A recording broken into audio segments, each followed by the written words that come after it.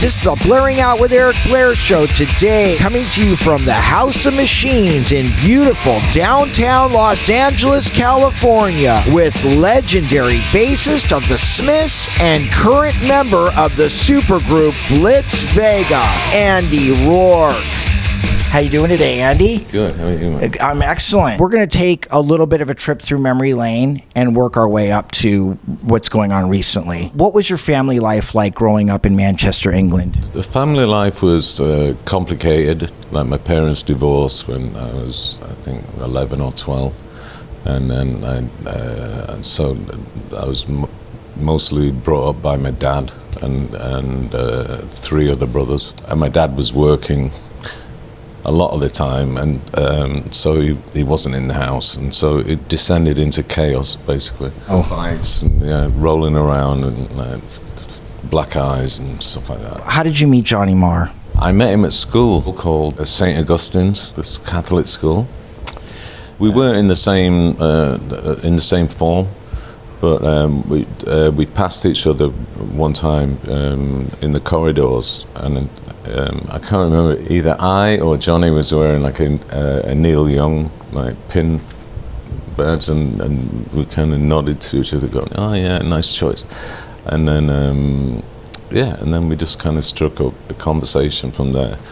And Johnny's form room happened to be the music room, and so like in the dinner breaks where everyone else was taking dinner, we'd just go into the music room and just like raid also any kind of there was like an upright bass, or there was a piano, so we just kind of misbehaved in there when we shouldn't have been in there. Where was your head at when you left school at 15? Yeah, I just lost all faith in education, basically, and then I just had it in my head that all I wanted to do was make music, and so it seemed to everybody else that I was being like this dropout, but actually it energized what I wanted to do. And Johnny followed, like, I think 6 months later. He did the same. I think he got a couple of certificates or whatever you call it, and then he did the same. And then after that, we just really knuckled down and concentrated on music. What do you remember about you, Johnny Marr, and Mike Joyce going to see future cult guitarist Billy Duffy perform with his band Theater of Hate in Sheffield? In Sheffield, I can't remember who drived. I don't know. Billy has always been like a big supporter of Johnny. And then I think a little bit myself. He was always like a big brother, and he was only like 3 years older, but anyway, he was kind of the ambassador to us. And about the gig, like Billy, he was just like, he stood out with his Gretsch White Falcon, and he was a complete showman. Yeah, it was a great gig. And then we had to drive back home. Did you already have your bass tone dialed in by the time you recorded the Smiths' debut album with producer John Porter? Yeah, I kind of did, yeah. I knew which tone I was going for. I used to have this old Trace Elliott amp, but I always used to go, I always used to like punch the treble up a lot. They had this like a 12-band EQ, and so I always used to, it was good because it was very kind of versatile. So I always used to like punch the treble and the bass and like keep the mid kind of down. And I don't know, I think because Johnny's guitars were so present. And then you had Morrissey singing. So I don't know. It was just, I adjusted it just to be heard in the mix, kind of. At what point did you come up with that concept? Or did you think like, this is the direction I want to go with my tone? I actually had that tone before the Smiths, when me and Johnny were playing with Simon Wollstonecroft, and we had this band called the Freak Party. and we could never find a singer. We auditioned like 5 different singers. It was a bit disheartening that we never found a singer, but it was just, you know, we'd be there like 5 nights a week, like rehearsing for like 5 hours, and I think that's where my sound developed. I know you've used all of these, the Fender Jazz, the Fender Precision, and then you had the Yamaha. If you were stuck on a desert island, which of those basses would you take with you? The P bass, 100%. It's a workhorse, and it's just so versatile, you know. But I also love the jazz bass too, because that's, you got the option of those 2 pickups. So, but yeah, if I really had to choose, I would say the P bass. What do you remember about the BBC One recording sessions, some with John Peel and some with David Jensen, that became the compilation album Hatful of Hollow in 1983? Those were, crazy days. I mean, we used to travel down in this like little splitter bus, and we'd just get a call, you've got this session, John Peel session or whatever, or Janice Long or Kid Jensen, and we just like drive down there with all our kit, like set it up. And it's very strange at the BBC, everything stops for tea. It's like, it's tea time. So, it's 12 o'clock. No, and you'd be like mid-take, and literally like the engineer would be like, it's tea time now, we have to stop now. Okay. What I liked about it was you didn't have time to even think what you were doing. You just like, boom, you were just in there, you know, and just doing your thing and going with your instincts. And I kind of like that pressure. It's like when you're doing a gig, you know, just before you go on stage, you're like, you're second guessing yourself, and you're like wondering, can I do this? And then when you go on there, it's like, boom, yeah, I can do this. So all those sessions were definitely, like that. It's like pressure, and then afterwards you're like, that was great. Does it blow your mind when you listen to that, how pristine it sounds? I don't know, it's difficult to listen to my own stuff, but yeah, I can definitely appreciate that we did a good job. How did having Johnny Marr and Morrissey produce the album Meet His Murder with Stephen Street as engineer change the dynamic in the studio? It's a good question. I mean, I would say Johnny produced more of it than Morrissey ever did, and we all had our say in there as well. Obviously I'd speak about bass levels, and Mike would speak about the drum levels. I would say it was, we all kind of did that together, but it was a Morrissey Marr thing. How much enjoyment did you get out of going in the studio and recording that album? Every album, yeah. It was like, I was always like so excited to go in there, couldn't wait.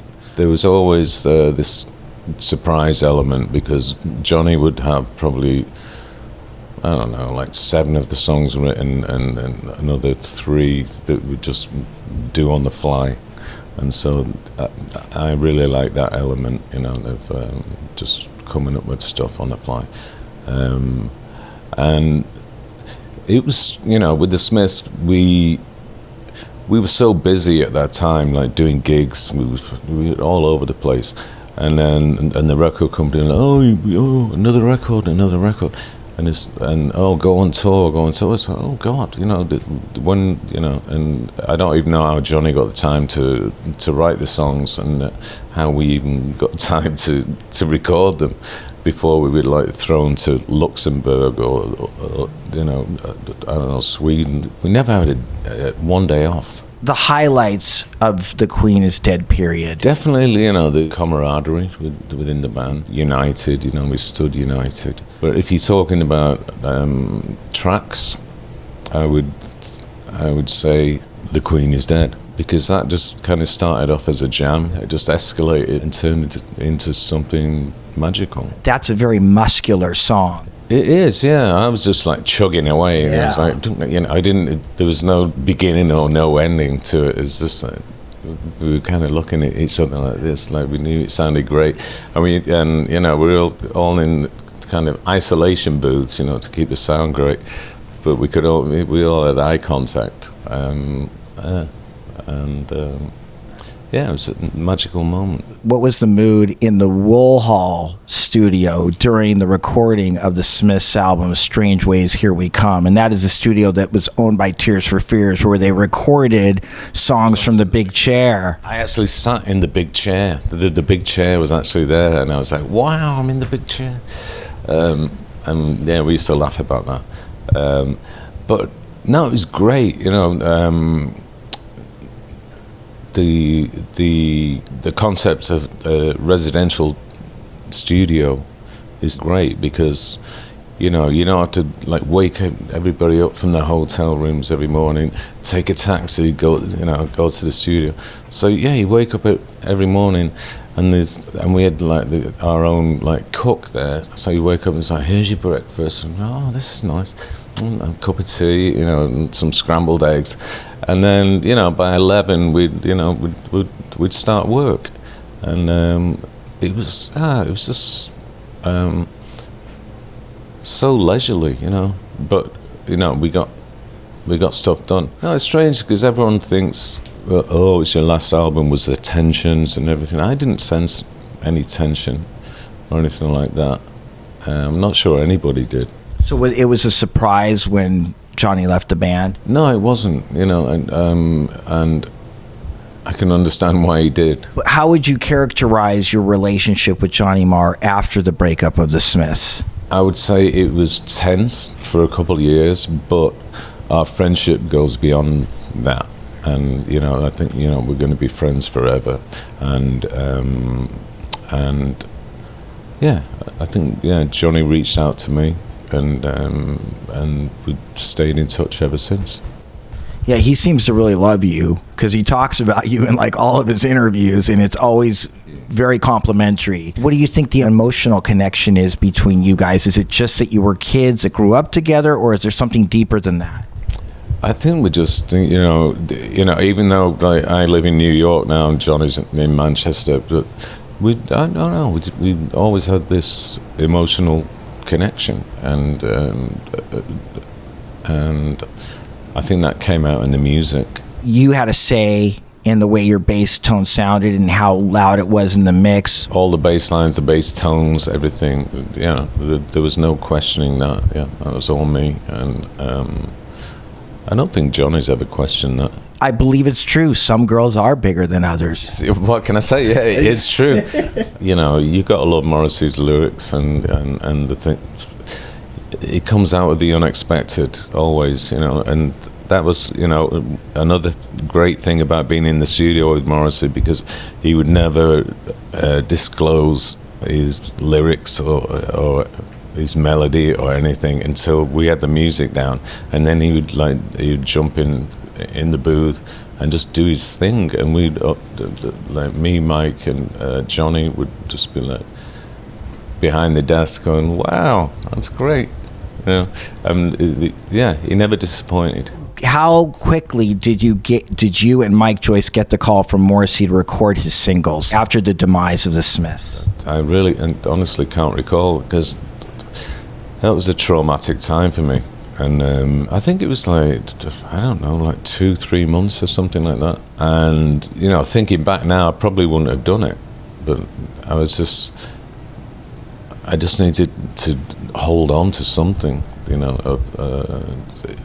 of the Smiths. I think that, the results were okay and everything, but I don't know. Thinking back now, I'm not sure it was such a good move. Do you have any memories from your time in the studio recording those songs? Again, we were in like a residential studio. Pleasant times. How did your songwriting collaboration with Morrissey come together for the B-sides? He just approached me and said, if you got any ideas for songs, then let me know. I think they came via cassette tapes back in those days. I just give him, because I had like this, I think a D.A.R.K 4-track recording thing at home, and I'd just like come up with ideas, and then I'd send in them, and some of them you say no, and a couple he liked. How important was that to you? As a writer, yeah, very important, yeah, because I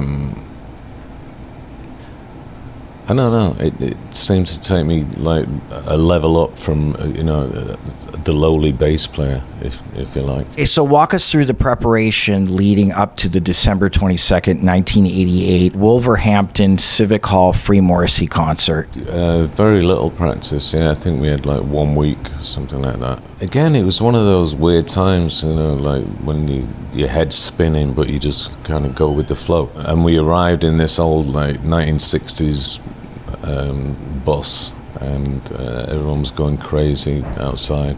And it was a very like euphoric gig, but the whole time I was doing it, it's like I was thinking, something doesn't feel right, and I kept looking to my left, and obviously Johnny wasn't there. And I think that's the thing that was like churning in my stomach. And then after that, you guys had no dreams of that continuing on. You were already over it. Yeah, I think we all realized that without Johnny, there couldn't really be this collaboration. So what was it like revisiting the Wool Hall Studios to record the Pretenders' 1994 album, The Last of the Independents?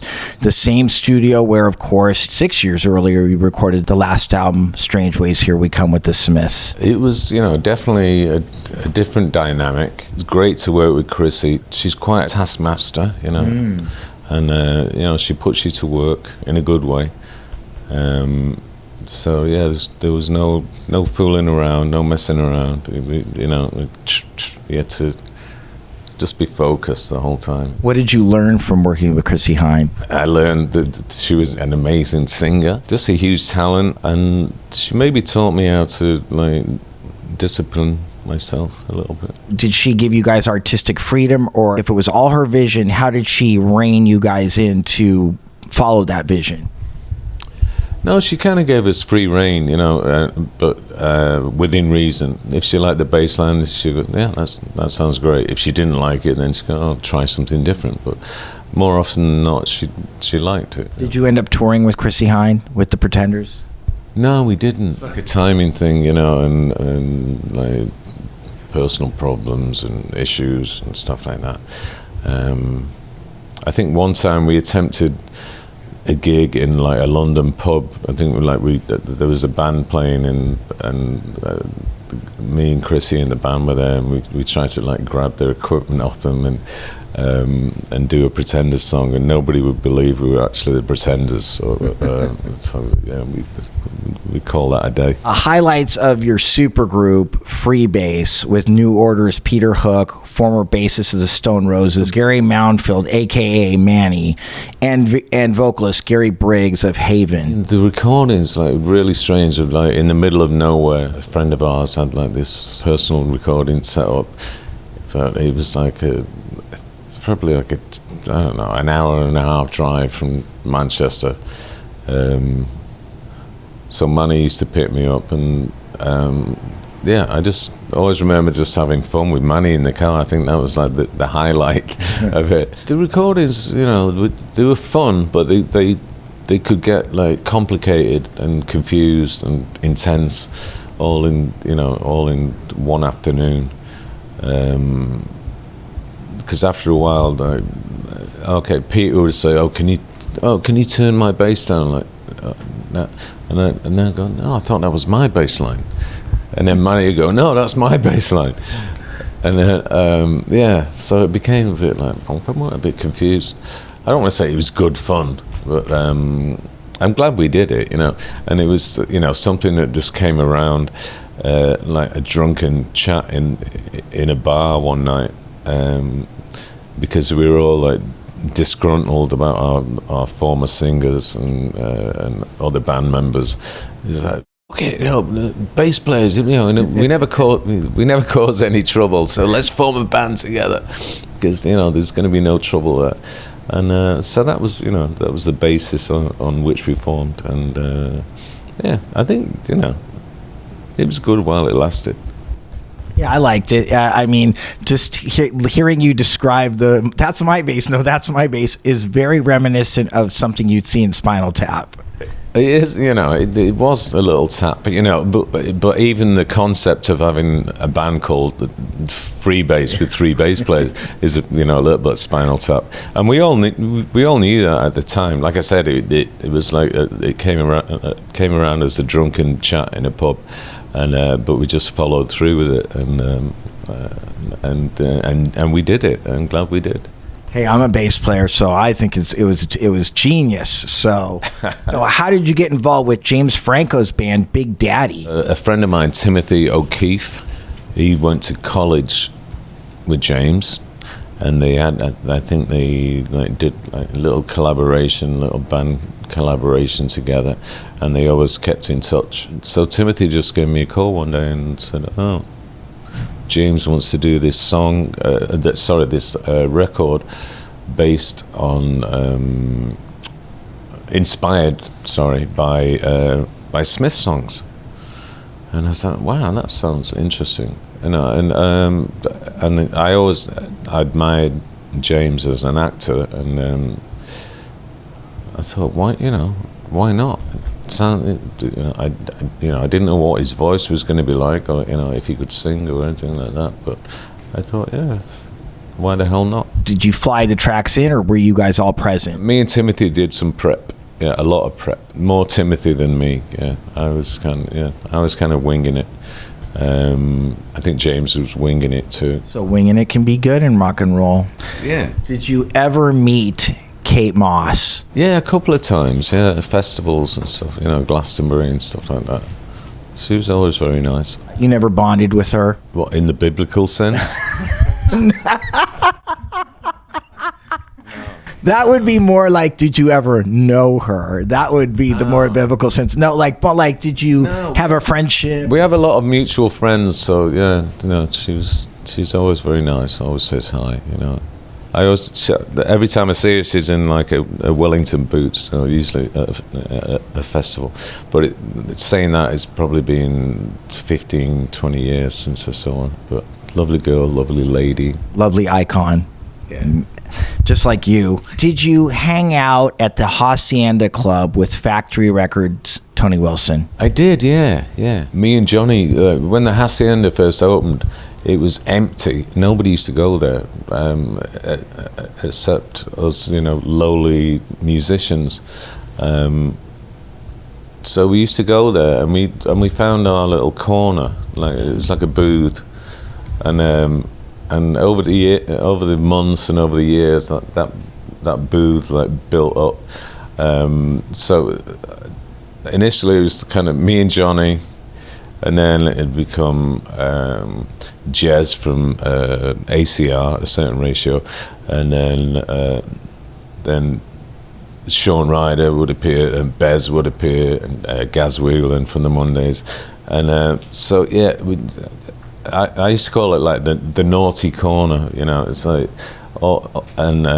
we used to get up to mischief in there, and Tony, he'd be there initially, most nights, and used to stop by the naughty corner and kind of wag his finger.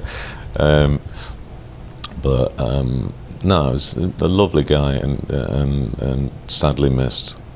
Looking back at his life and his legacy, would you say that Tony Wilson was a genius? I would say that, yeah. And when he was alive, people thought he was a lunatic because the people, he would never have a record contract with anybody, and he said, you can sign it in blood, and he just had this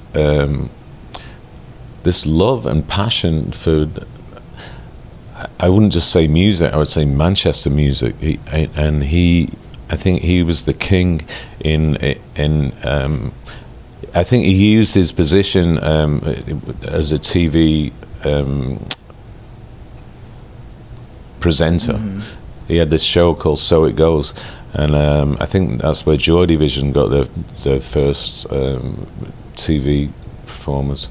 And but no, he just promoted everything Manchester and everything music, and yeah, I have nothing but love for him. Why did you move from England to New York in 2008? I was just having a bad day.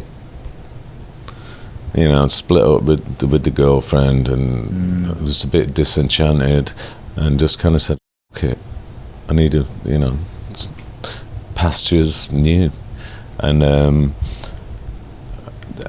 the first time I came to New York, I think it was 1982 or 1983, and I kind of fell in love with the place. And it was winter, it's freezing cold, but for some reason I fell in love with the place. And I always had it in the back of my head, if ever I was going to, you know, quit town, it would be to New York. And yeah, I just did it one day. A couple of suitcases. I've still got a lot of stuff in storage. Well, probably not anymore. It's probably been stolen. But yeah, no, I just left with 2 suitcases. Do you appreciate the honesty of the New Yorkers? Yeah, pretty much, yeah. It's been like 10, 11 years now, and I feel like a New Yorker, and maybe I get a little bit brash at times, because New Yorkers do. Because, you know, you have to stand your ground in New York. What's weird is when I get back to Manchester, people comment on my accent. I suppose I've gone a bit mid-Atlantic, which is weird for me, because I'm not even aware of it. But as soon as I go back to Manchester, I go back into my Manc. You know, I'm like, oh, start walking like this. You know, I get the swagger back. But I don't know. I love New York. I'm not going to say I'm going to stay there forever, but for now, yeah, it's home, and I love it. How did your program on East Village Radio, Jetlag, and your work as a DJ with Ole Koretsky lead to your band D.A.R.K? So I think Peter saw me and Ole DJ at some like dive bar in New York, and said, I really like your set, you know, I have this radio station, would you like to do a show? And I thought, oh, what a great idea. And yeah, and so that's how that began, the radio show. And then with Dolores, yeah, just her management reached out to my manager, and she said, like, she was a big fan of my work, and could we work together? And you know, me and Ole are very, very tight, so it just made sense for us all to work together. What did you love about her? I loved her energy. I loved her positivity. I loved how talented she was. She was so much fun to be around, and you know, such a professional to work with. She was an angel, is an angel. How did Blitz Vega come together? So the first time I met Cav, he was doing a gig in Manchester, and Manny from the Stone Roses invited me. He was like, oh, come and see this kid play. And I don't know how Manny even knew. So yeah, Cav was 17, and he had like this solo project going on. And I was really impressed by that. I liked it. And then I didn't see him for like, I don't know, for years and years. And then I think the next time I saw him is like, he was doing a gig at Coachella with Happy Mondays, and I was doing a DJ set there.